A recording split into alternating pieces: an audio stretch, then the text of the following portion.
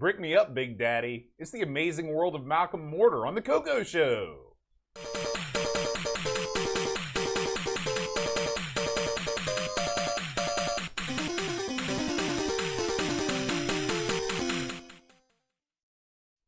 Hi, everybody. Welcome to The Coco Show. I'm John. And I'm Aaron. And today, Aaron, we're going to be talking about the amazing world of Malcolm Mortar. Now, there are several famous bricklayers in There life. are? Yeah. John Bonham. Okay, really? Yeah, he was a bricklayer before he became a drummer. No, I didn't know that. Yeah. There really aren't a whole lot of famous Who bricklayers. else you got? That's it. That's the list. What about Zeke from Zookeeper? Yeah. That's one. And the third one is our buddy, B. Rick. That's the one. Yeah. You know, when your name's B. Rick, you have very precious few life choices. Did you ever think about going into the plastering arts yourself? No. I've gone on the art of getting plastered. Does that count? If you had to pick one aspect of home construction to be an expert in, what would it be? Oh, man. God, I'm so bad at so many. Let's go with plumbing. Plumbing? Man, plumbing's the worst. You know my plumbing tale. Yeah. I had water shooting directly out at me. It was a horrific experience. It flooded the whole kitchen. So if you could pick one art to kind of matrix into yourself to be good at, it would be plumbing. Is plumbing an art? It's, I've never heard it referred to that way. I think it's an art. In would what you say way? It's more of a science? I'd say it's more of like an occupation. I don't think plumbers see it that way. How hard do you think it is to lay brick? I don't know how to answer that question. I mean, have you ever thought about it? Because it doesn't seem like it'd be that tough. I think actually, to be honest with you, being a mortar, an artist of the mortar, it is. It takes a lot. You got to be able to space those things out. Yeah. You know? You got to lay just the right amount of grout on there. They've got that gimmick, the pointy thing with the metal, deal. That's caulk. That's not mortar. No, the thing you hold. The trowel. The trowel. That's Yeah. it, the trowel. Yeah. So listen, if you don't want to catch the business end of a trowel, you better stop slamming. You can't bury the bricklayers of the world. I didn't bury him. I'm for him. Listen, remember that time we built the deck on the back of the house and I had to carry all those blocks? It was just like a few blocks, but they were so heavy that it like crippled me up for days, right? And these guys have huge things of bricks they have to deal with. Remember when we laid all the bricks out and it sucked, and then Eep came and dug everything up and made it nice? Your wife is a way better bricklayer than we are. That's true. We're not good at that. What about carpet? You ever think about going into the carpet laying trade? I'm not a big carpet guy. That's weird for me because you're a cold guy. You prefer it to be warm, and carpet makes your feet warm. Yeah, but also carpet, you have to clean it. True. You know, and it gets stained. You know, when I was a kid, Mom had this lime green shag carpet. You know, seems like a good idea when you get it, right? But then some goof like the Brent drops a bunch of Kool-Aid on it. As a pet accident that goes down, someone grinds a bunch of dirt. You're never getting that stuff out of there. And then your lime green carpet's lime green and brown and red. It's weird looking. So you've never really thought about like going out like on a nostalgic trip and like laying out some lime green shag in the living room just to be like when you were a kid. No. Also, it's a weird smelling after a while. You have to clean it with that weird powder. If you've had multiple pet accidents and Kool-Aid spills, it is going to smell weird after a while. So, you know, I'm not a big carpet. Plus, I've actually had to put down carpet, help put it down. And you got to staple stuff, and you got to lay down that padding. It's no good. I've never done it, but it doesn't look fun. I've watched Eep from afar.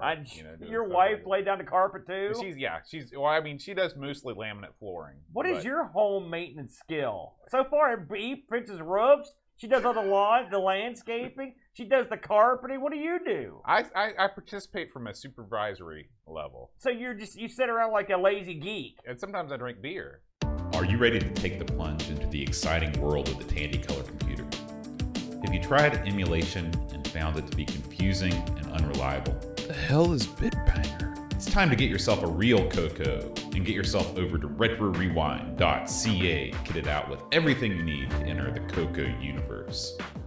The Coco SDC is the fastest, easiest way to jump into the nirvana that is gaming on the Tandy Color computer. Preloaded SD card is already included, so just pop it in your Coco and away you go. Pick up your Coco SDC at Retro Rewind and be sure to use the promo code AMIGOS10 to save 10% off the already low price. Thank you to RetroRewind.ca for sponsoring the Coco Show. Well, listen, you got a guy in his name. What's his name? B. Rick. Listen, your name should be Percival Rick, if you know what I mean. Aaron, let's get into some Malcolm Mortar. Oh, man, let's do it. So, this right here is an exclusive Coco game in every sense of the word, Boatster. Amazing World of Malcolm Mortar. What a name. Yeah. Published by the folks at Tandy. Developed by ZCT Systems Group. That's basically Greg L. Zumwalt and Mark W. Easter. Released in 87. This was a Coco 3 exclusive. Got to have the big 3 to take this one down with you. That's immediately apparent when you fire this up. Well, no, I don't agree with that. It's a 128K RAM cart, and you can play this one. And this is a shoot. You can play this with or without joystick. They've got full keyboard support, which is understandable given the parameters you need to play the game. It's a one-player game, and as Boat mentioned earlier, you play as an apprentice bricklayer, B. Rick. I don't know what the B stands for. Bernard. What'd be cool if his first name was Brick. Yeah. Brick Rick. That's not bad. That's better than better than what they got. Anyway, you got to carry loads of. So here's the backstory. Let's get into this. As an apprentice bricklayer, B. Rick must carry loads of bricks and dynamite to renovate a huge mansion. I often carry lots of sticks of dynamite. Yeah, that's all we need. We'd be dead a million times. Suddenly, you feel a searing pain in your head. Everything goes black. You awaken to a myriad of passages filled with monsters. And so basically, you have been entrapped, ensnared, if you will, by the diabolical Malcolm Mortar. So you may think upon starting this thing up that you are Malcolm. So we need to make it abundantly clear. You are not Malcolm. You are B. Rick. Yeah, I'm sorry. I'm so sorry for you. Sorry to break the news. But you are, in fact, B. Rick. Now, that's your backstory. Escape from Mortar and his evil Mortar-based minions here. Or I guess people that hate Mortar. I don't know. Do you want to attempt? Well, let's just get into the controls real quick, then I'll let you attempt to describe the gameplay. Okay. So, you've got B. Rick. B. Rick, I use the analog stick on this. I played this on the authentic Color Computer 3. I wasn't even going to try to simulate this with a non-Black Beauty. And the joysticks move B. Rick around, and the button will lay down a wall. Okay, now, this game has a couple types of walls. You've got a kind of a temporary wall, sort of like something me and you'd put up. Okay, let me explain the game, and I'll talk about the walls and stuff as I do. Oh, I'm talking about the controls here. Okay. This is important. Okay, now, I use the one button stick, and that's what I was going to ask you. Did you use the old Black Beauty Deluxe when you played it? I used the Mister. Okay, I used the one button stick. So I don't know if this has support for that second button. That was something I was wondering. That is good. I don't think it does. It could use because it. the documents never mention it. Because I noticed that too. And so you have to use the keyboard in conjunction with the old one button stick. So the one button drops a temporary wall. Then you can make that a permanent wall by hitting a function key. And then you also have a space bar that will drop the dynamite. Those are your abilities. Take it away, Boat. Okay, so this game is one of the more unique games that I've ever played in my life. Okay, this is a maze game. Okay, so in your mind, if you're not watching this, if you're listening, picture a maze, a top-down view of a maze in your head. Okay, there's only one path through the maze, just like a real maze. Okay, there are. What? No, wait. There could be multiple paths through a real maze. You're not wrong. I forgot about corn mazes. That's a different thing. Okay, so your job is to not just make your way through the maze, because that would be lame. People, the whole maze thing is sort of played out. So what you have to do in this game is you have to entrap the enemies that are out to destroy you behind the walls of this labyrinth without disrupting the main path of the maze. You got to give them the Poe treatment. Right, exactly. You got to brick them up. So what you do is you lay down a brick wall, and that traps one of the two monsters, okay? There's a red monster and a blue monster, okay? So fuzzies are the fuzzies are the red monsters, okay? You can trap those behind regular walls, okay? Then you've got the other monster, which is called the boarhead.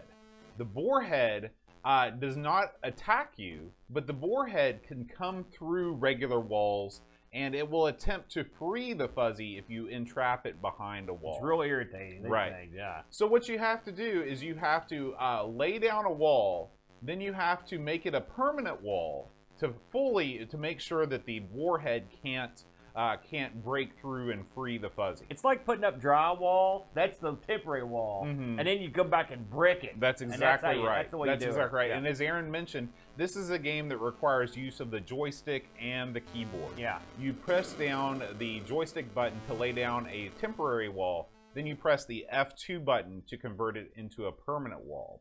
You have a limited number of bricks in which to lay down your wall, and the bricks are scattered about the level to facilitate your ability to do this. Now, where does the risk come in, you may ask yourself? Well, the risk in this game comes from the fuzzy who can shoot you. When the fuzzy shoots you, it lowers your score. It doesn't kill you, it just lowers your score. If you accidentally place a permanent wall over the path, and this is an invisible path until it's illuminated by bricking up the monster correctly. Yeah. If you place a permanent wall within the direct path to the exit, the game immediately ends. Yeah. By the way, this game doesn't give you hold your hand when it's over. No. The second you get killed or screw up, you're boned. The title screen pops up and it's game over, and baby. by the way, I hate that. Yeah. Did I mention That's that? not good. Yeah, that's It's not no good. It's also discombobulating. You're zooming along, and all of a sudden you just like, bam, you're back. I was like, what, did the game reset? No, you screwed up. Yeah. So, like I said before, the path out of the level, the path between the entrance and the exit of the maze is invisible until you block up the fuzzy. And do you have to block up the boarhead and the fuzzy? I think you have to block them both up. You have to block them both Yeah. up, yes. Okay, and once you block them both up, the path appears as a yellow brick road. You follow that path, the door opens to the exit of the maze, and you leave, okay? Yeah. That is phase 1 of the game. Well, it's really not phase 1 of the game, it's phase 2 of the game. When you first start the game, this is one of the things that's just really wacky about this game, is that you enter into this hall of pillars, okay? And you are immediately placed face to face against Malcolm Mortar himself. Yeah. Okay? And the way this game works is it alternates between a level with the fuzzy and the boarhead and a level with Malcolm Mortar. As you complete the levels with the fuzzy and the boarhead, you collect golden bricks. Okay, once you collect enough golden bricks, when you reach the in-between stage that is just you and Malcolm, if you can manage to brick up Malcolm with the magic golden bricks, then you win the game. Which I never did. That's it. That's the game. So, Aaron, what are your thoughts on Malcolm Mortar? You know, I had played this. I believe this was a game of the week once over on Coco Talk. So I played this a lot that week, and I came back to it. I had a better grasp of it that time than I do now. The truth of the matter is, this is a unique game. I'm not going to bury it. But it's got elements of it that make it difficult. All right, and I don't mean the game is so difficult. I mean just the playing of it. I don't like having to use the keyboard and the joystick. Yeah. All right, it's a real drag on this one. Yeah. Because this game is quick. All right, and the truth of the matter is, it's difficult to set up the wall and then harden the wall when there's a guy trying to bust the wall, and you're trying to do all this stuff with the keyboard and the joystick. And so the game has built-in keyboard support, straight keyboard support. I switched over to that. I don't think the Coco 3 keyboard is necessarily the best for gaming. The place they put the function keys is real awkward. And so I had trouble finding the comfortable way to play this game. But with all that said, it's an interesting game. It's an action game with puzzle elements. The fact that you've got to capture these creatures, some of it's the creatures just wander the maze, and they'll go into dead ends and everywhere. Mm-hmm. It's not like Pac-Man ghosts. They don't hoon in for you, except for Malcolm. Malcolm is the only one that does. And that. so as the computer runs through the maze, you have to come up behind it. You've got to try to catch it in a point where you can make sure you're not doing anything stupid by walling him up. But I mean, there's a random element to it. Well, I think the mazes change every time you play. I mean, what I'm talking about is there's a random element to how much damage you're going to take trying to block one of these things off, because you're probably going to take some damage from them. It makes that part of the game difficult, where you're trying to capture them. It's hard to get good at this game repeatedly. Like, I think I was getting used to it, and then sometimes it's really hard to lay down a wall. You know what I mean? Like, it's because they get too close to the proximity of the wall. Then this is the most frustrating thing, is when you've got a guy trapped, you lay down the wall, you lay down the temporary wall, and then you're ready to lay down the permanent wall, and the wall gets blown away before you can. And it's because you're fumbling with the keyboard. Right, you know what I'm saying? I do think that if you are a pro Malcolm Mortar player, you have to use the keyboard, because it's too much of a reach for you to take your hand off the stick and hit F2 and then put it back on the stick. Yeah. I think this is a game where you're, on the Coco 3, luckily the arrow keys are arranged in a way that's not ridiculous. And you can hit, like you said, the function keys are in a weird place, but you can arrange your hands to where you can hit the space bar with your thumb, and you can go around, and you should be able to control Malcolm and lay down these walls in a way that you can do. But like you said, this is a game that it's real easy to mess up, and it's real easy to die, and there's no second chances. I really think that this game would have been much better served had it had multiple lives. Yeah, it wouldn't have hurt. Also, I don't like the way the Coco's keyboard is set up for arrow keys. I don't think they're in that good a place with the F function keys. I tried to use the keyboard for this. It didn't work for me. It's just, I like this game. I want to praise the game, but the game is hard and it's tough to master. Now, I know some people are good at this, but I've never seen them. When I went to look around on YouTube to find some video footage to put with the show, I had a heck of a time finding anyone that had any footage longer than 2 or 3 minutes. Most people just gave up. Yeah, I need, because I'm a pretty good hand at this game, so I'm going to have to record some. Yeah, you should. How far did you get into it? I got to level 2, round 3. That's right about the same place I got, so I feel pretty good at it. And we're we're not super experts. No, I mean, I hadn't played this before this week. Yeah. Yeah. So this is a game, I really think, and I'm being honest, I think that this is, if it's not the best Coco 3 exclusive game, I don't know what is. Because what? You mean from the past? Yeah. Okay. Yeah. Because this game, it's a unique concept. The controls, if you ignore the shortcomings of the way that the Coco keyboard is laid out, the controls make sense. I think that the graphics are fine. I mean, Coco, nothing on the Coco is going to set the world on fire when it comes to graphics. But I think that this is one of the few games that I think could have been a release on a console of the time, and it wouldn't have looked out of place. I can see this. I can see this on the Master System. I can see this on the original Nintendo. This, I don't think, because in 1987, I think this would it have been one of the top tier releases on those consoles? No, but I could have seen this getting in a commercial release, and you can't say that about a lot of Coco 3 games. It's one of those games where you're not going to sit down and instantly pick it up. No. Oh, but something I should mention. So I load this up on the Coco, right? It's in black and white, right? And so I look it up. Of course, I got the manual out, and at least the version I had defaulted to the RGB controls. Luckily, this has built-in swapping. So that's handy. If you boot it up on your Coco and it's in black and white, hit the M button for monitor, and you can go between RGB and television. I'm surprised it doesn't have the usual screen where it says "I must ask." Are you using it? It doesn't have that, and also you have J and K switch between joystick and keyboard, so you have to switch between them. Switch is nice. You can also turn the sound off. Although the sound, really, there wasn't a whole lot going on. Just a little bit of noise. Nothing major. I mean, it's not the most fun game I've ever played. You can also get to the point where you get stuck. That happened to me a bunch of times. If you go down a dead-end passageway and a monster basically traps you, you just have to sit there until you die. There's nothing you can do about it.